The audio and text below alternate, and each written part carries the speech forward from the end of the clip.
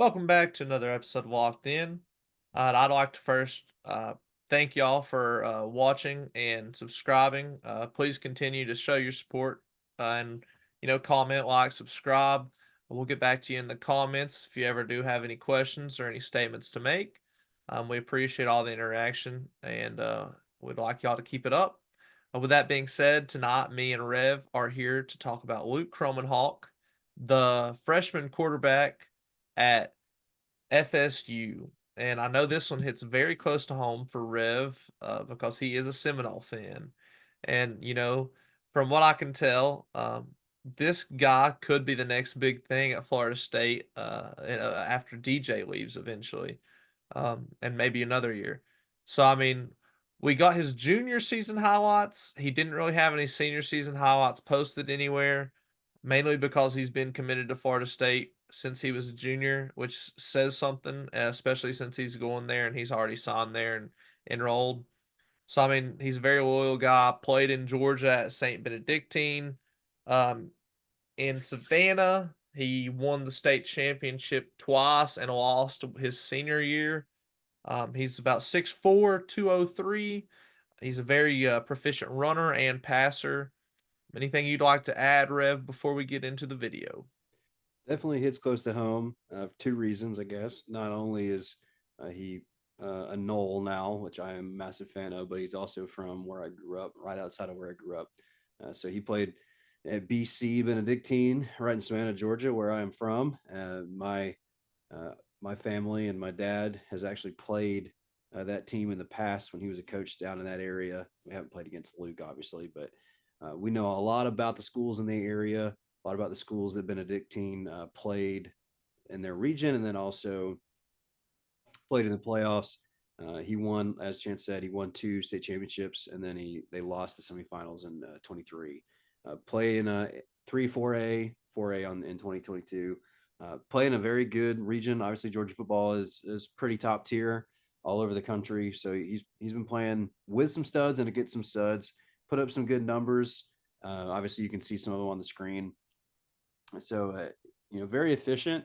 He's got a lot of buzz around him for good reason. He finished third in the Elite 11 camps, and in the composite rankings and everything. I think he was the third best quarterback overall. So a lot of hope among FSU's fan base, hoping that this guy is our next big superstar after DJ leaves. And I think a lot of people see this year as the kind of holdover year for him to compete with Tremel Jones. It's coming in next year, and then Brock Glenn, who's already on the roster. I think there is an expectation of a quarterback competition after DJ leaves next year, but I think many Seminole fans are all hopeful and I think expecting Luke Kromenhoek to come out on top and be the starter as a sophomore. So let's get into the film and look a little bit about what he can do. Yeah, I think one thing that really pops out on his tape is his ability to absolutely bullet balls in across the middle. I know we talked about it watching it the first time. He really has just a unique ability to just put some force on the ball and zip it right across the middle and get it there, no matter what the window looks like. But with that being said, at the same time, he can also lob balls.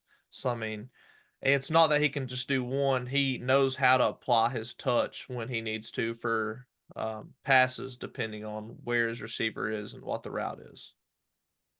Yeah, I mean, you see him do a lot of different things in just these first three plays. Man, that was an absolute dot.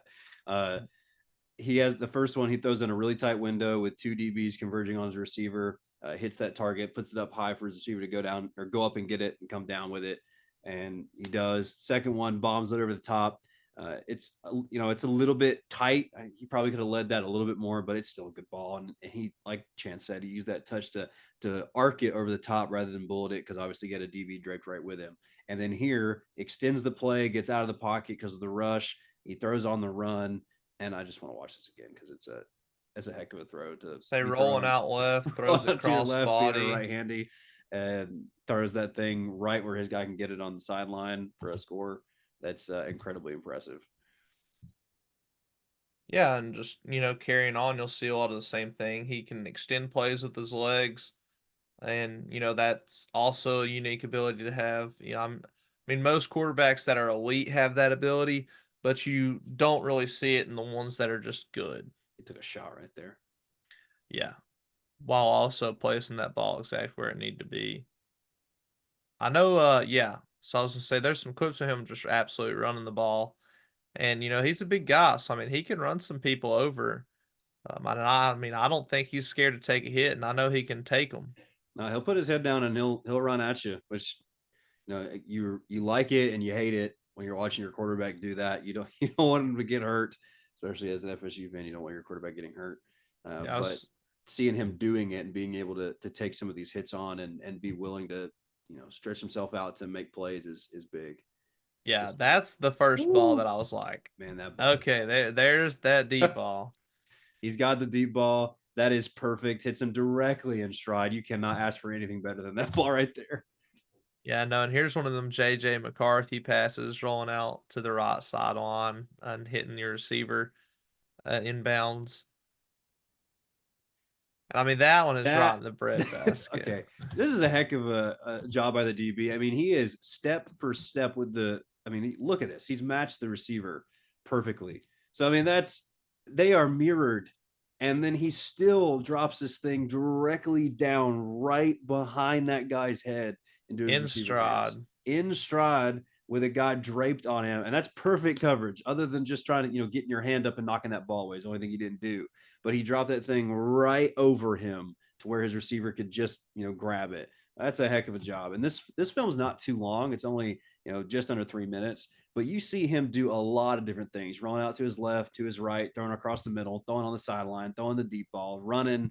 He throws in tight windows. He's not afraid of it. He's got confidence in his arm, which you really like to see that from a guy. And then obviously he can sling it. So I'll say his footwork is very good too. Just the ability to be elusive in the pocket, extend plays on your feet, and being able to run downfield.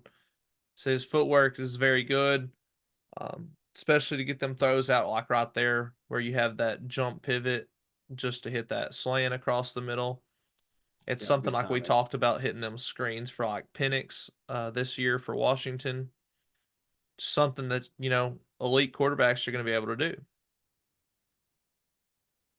And he's got a rifle on these middle of the field throws. I mean, he knows that it takes a little bit more, or when he's got like in this one, this is on the sideline, but there's a DB converging straight to his target. So he knows he has to throw that thing hard and into a spot where his receiver can get it and then protect himself. He does a pretty good job of that.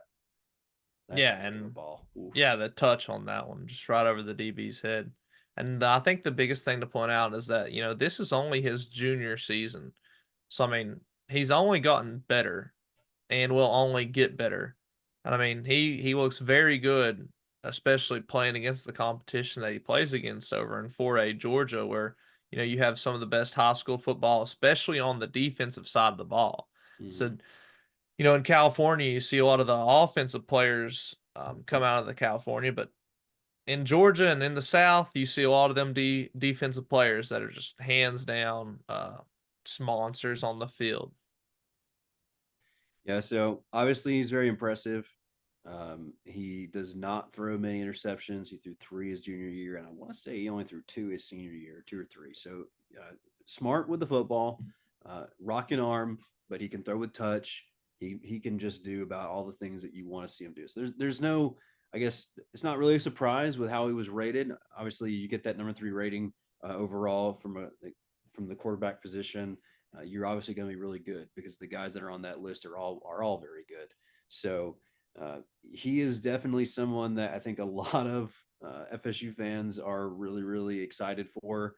Um, I mean, obviously we have DJ this year, and I think as we go and as we've already done a video on DJ, if you haven't seen that, check that out. There's a lot to like with DJ actually. There's just a couple question marks that you're very curious to see how he's going to unfold in this offense going into next year. But I think the expectation again is that uh, it's his team this year. Luke is going to get that full year under the belt. He enrolled early, so he's already been with the team a while. He was with them during bowl practice, so he's got a lot of reps with the team. early, which is really good. But obviously, let him have a year of experience sitting under a veteran quarterback who's been around the block in a lot of different areas in a lot of different ways.